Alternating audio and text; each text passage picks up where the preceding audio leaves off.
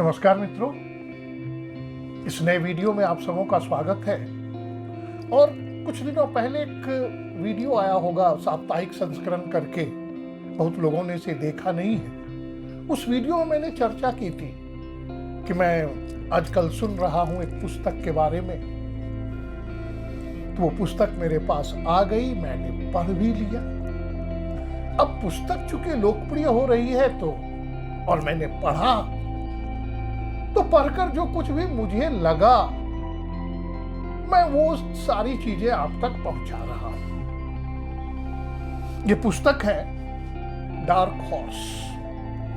Dark horse, Nilotpal Mrinal इसके लेखक हैं, उपन्यासकार हैं। टाइटल इंग्लिश में है लेकिन पूरा उपन्यास हिंदी, और हिंदी भी क्या, बिहार यूपी में बोली जाने वाली हिंदी।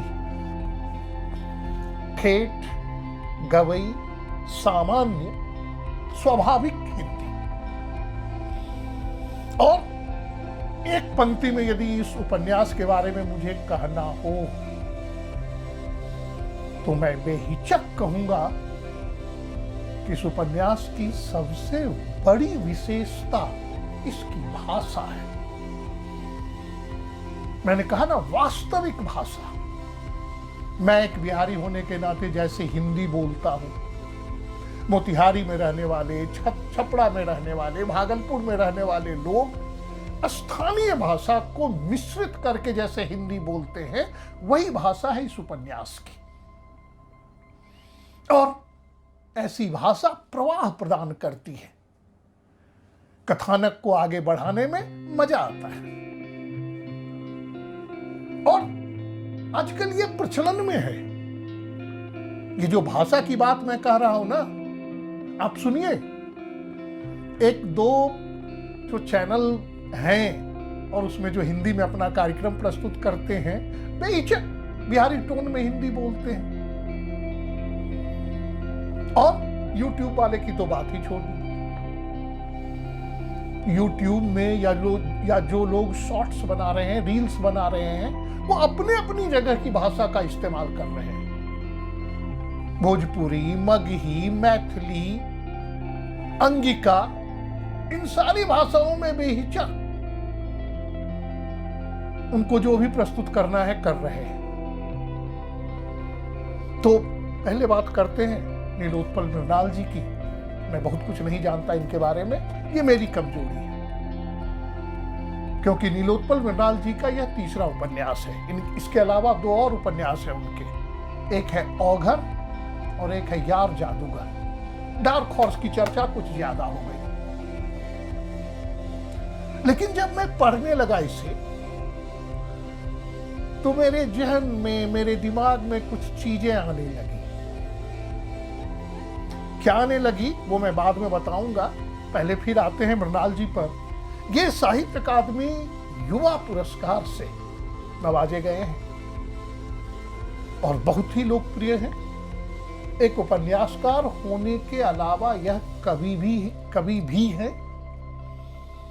और सामाजिक चेतना तो इनमें है ही। और अब आते हैं इस उपन्यास पर। विषय क्या है इस उपन्यास का? वही एस्पिरेंट्स, सिविल सर्विसेज की तैयारी करने वाले छात्र जो मुखर्जी नगर में रहते हैं। केंद्र में है बत्रा सिनेमा, बत्रा मोर जो भी कहिए, वो अपने आप में एक चरित्र है। और वहां जो तैयारी करते हैं लोग, बिहार और यूपी से जो छात्र जाते हैं, एक जो मुख्य पात्र है इस उपन्यास का वो है संतोष। भागलपुर जिले का, भागलपुर के आसपास का रहने वाला है संतोष। वो पहुंचता है सीधे कहां जाता है? राय साहब के पास। राय साहब कृपाशंकर राय, वो गाजीपुर के हैं। फिर वहां उसकी मुलाकात होती है मनोहर से।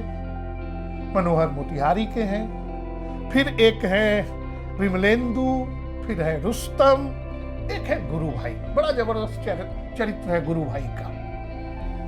जीनियस आदमी, किसी को बोलने नहीं देते अपने सामने। वाक्पटुता तो है ही, जानकारी भी है। उनका क्या होता है? यही छोटी छोटी चीजें हैं। हर पात्र की कहानी कही गई है। संतोष केंद्र में है मुख्य पात्र के रूप में, लेकिन इन सारे पात्रों को जो मैंने कहा,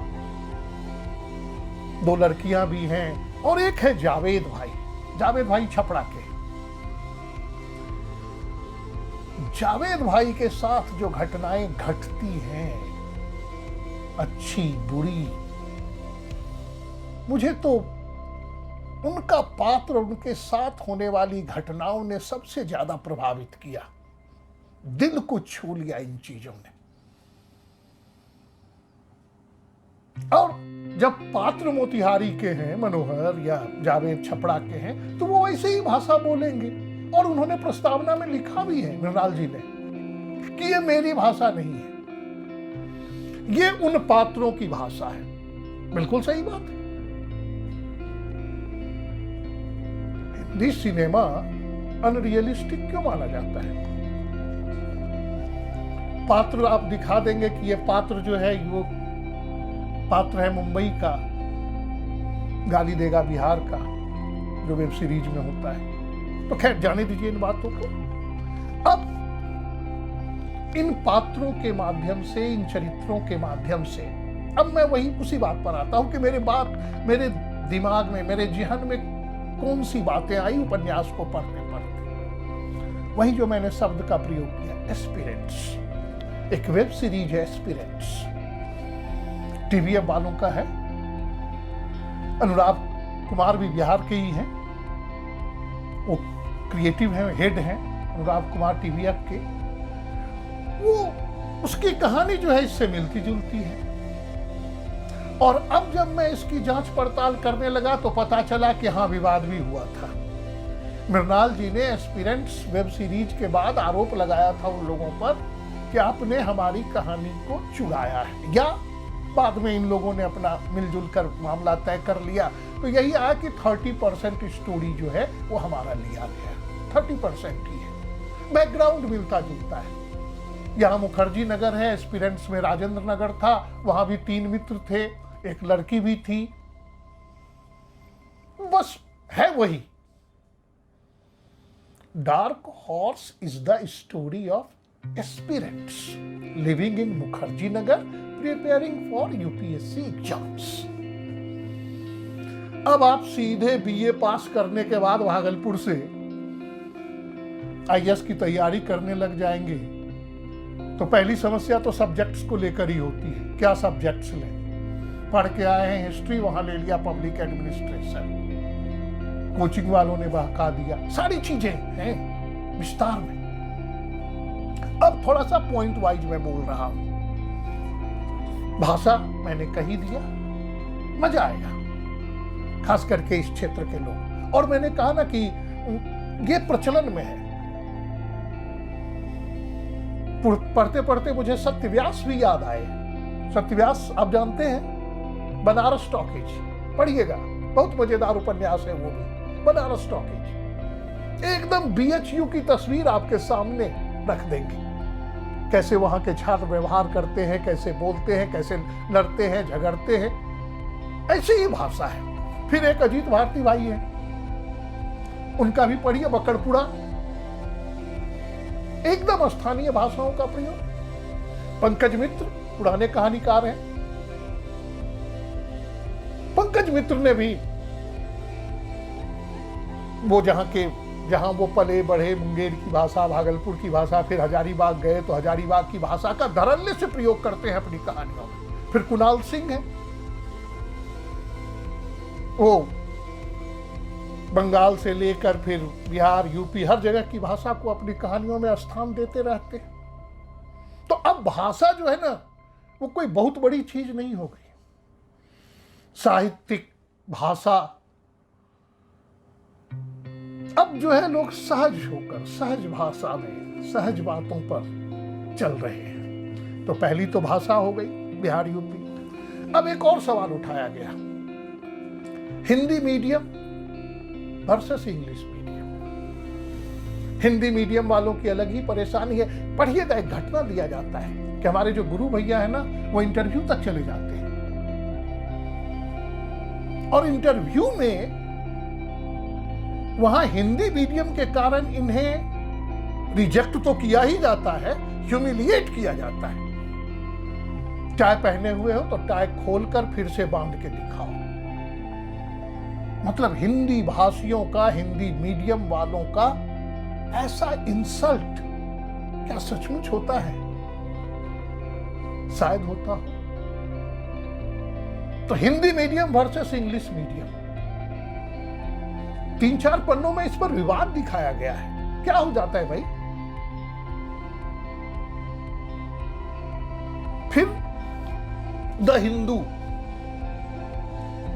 बड़ा नाम है अखबार का, बहुत महंगा अखबार है, 11-12 रुपये में रोज आता है। और आईएएस यदि बनना है तो हिंदू अखबार पढ़ना होगा। इस पर भी कटाक्ष किया है मृणाल जी ने कि मनोहर है, मनोहर के चाचा जी आए हुए हैं गांव से, तो वो अखबार वाले को फोन करके बोलता है कि भास्कर मत देना, आज हिंदू देना। हिंदू मित्र को फोन करता है, कह रहे हिंदू दे देना, हिंदू दे देना।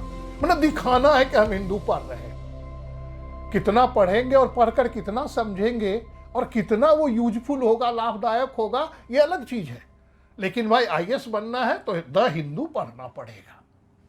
अच्छी चीज है, अच्छा मजेदार चीज है ये। फिर आता है अंग्रेजी भाषा का महत्व। पेज 95 पेज पर बड़ा अच्छा एक संवाद है यहाँ। गुरु जी बोले ना, गुरु भैया हैं, वो बोलते हैं अंग्रेजी व्यापार की भाषा है, व्यापार की भाषा। उर्दू प्यार की भाषा और हिंदी व्यवहार की भाषा। तो कुछ अच्छे डायलॉग्स भी हैं। और जो हिंदी भाषी बिहार यूपी वाले लोग दिल्ली चले जाएंगे तो वहां उनके रिश्तेदार भी आ जाएंगे। अब रिश्तेदार आ जाएंगे तो उनको दिल्ली घुमाओ, और दिल्ली घुमा रहे हैं तो समय भी नष्ट हो रहा है। और वहां क्या करते हैं, नहीं करते हैं, कमरे में कैसे रहते हैं, ये सारी चीजें, छोटी छोटी चीजें भी दिखाई गई हैं, मजेदार ढंग से दिखाई गई है। मैंने तो 2 बार में उपन्यास खत्म कर दिया, वो भी 2 बार जानबूझ के ले गया। बहुत ज्यादा मोटा है नहीं, 170 पेज का है लगभग। भाग्य के ऊपर भी बहुत बड़ा कमेंट है। संतोष है ना, संतोष की कुंडली में लिखा हुआ है कि ये आईएएस नहीं होगा। पढ़िए उपन्यास, देखिए क्या होता है। भाग्य की बात है। खुद जो एस्पिरेंट्स हैं उनका भी नहीं हुआ, तकदीर का दोष। और अंत में मैं आपको कहूंगा, नहीं अंत से पहले एक और बात, कोचिंग और टीचर्स पर भी चर्चा की गई है। नकारात्मक नहीं, दोनों चीजें, जैसा कि हर जगह होता है। टीचर्स अच्छे हैं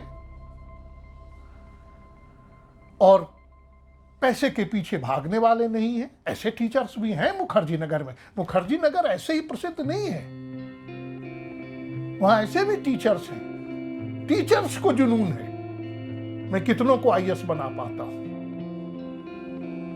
ये भी उल्लेख है इस उपन्यास में। और अंत में क्या होगा, मुखर्जी नगर में रहने वाले, तैयारी करने वाले जितने छात्र हैं, एस्पिरेंट्स हैं, अभ्यर्थी हैं, कितनों का होता है? 1%, 2%, बहुत। वहां से असफल होकर लौटने वालों का हाल बेहाल करने वाला है। और 2 ही बातें कही जाती हैं। हाँ, मुखर्जी नगर है भी ना, वो आशा का केंद्र है, उम्मीद की केंद्र बिंदु है वो मुखर्जी नगर। आसानी से वहां लोग हार नहीं मानते। इस बार नहीं हुआ, अगली बार, फिर अगली बार, फिर अगली बार। जब तक मौका है तब तक आजमाएंगे। मुखर्जी नगर अपने आप में एक सेंटर ऑफ मोटिवेशन है, अकॉर्डिंग टू दिस नॉवेल, इस उपन्यास के अनुसार। और मैं अंत करना चाहूंगा कि जिनका हुआ, जो सफल हुए, इसमें कुछ तो बात है। और जिनका नहीं हुआ, उसमें कुछ तो कमी है। उपन्यास मौका मिले जरूर पढ़िएगा, अवश्य पढ़िएगा। मजेदार उपन्यास है। नमस्कार मित्र।